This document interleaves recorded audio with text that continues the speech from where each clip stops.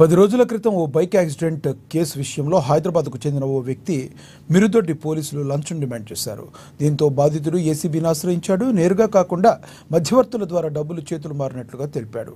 Police station ఎదురుగా ఉన్న hotel యజమాని వద్ద 2000 మండల కేంద్రంలో ఉన్న రేణుకామాత మద్యం దుకాణంలో 5,000 ఇచ్చినట్లుగా బాధితుడు తెలిపారు. వెంటనే ఏసీబీ అధికారులు వారిని అదుపులోకి తీసుకుని విచారణ చేపట్టారు. పోలీస్ స్టేషన్లో లంచం ఎవరు డిమాండ్ చేశారు, ఎంత చేశారన్న కోణంలో ఏసీబీ అధికారులు విచారిస్తున్నారు. లక్షపేట నుంచి హైదరాబాద్ పోతుంటారు.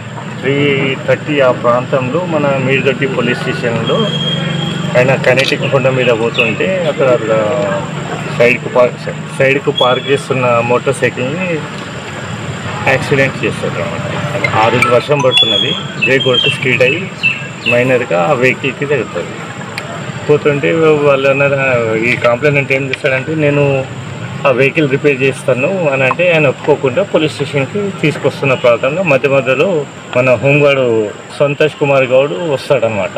తీసుకొచ్చి ఆ రోజు ఇక్కడికి పోలీస్ స్టేషన్కి తీసుకొచ్చి 2 వెహికల్స్ ఇక్కడ పెట్టించేసి నువ్వు 15,000 ఇస్తే నేను కాంప్రమైజ్ చేపిస్తా అని చెప్పేసి అంటాడు అన్నమాట.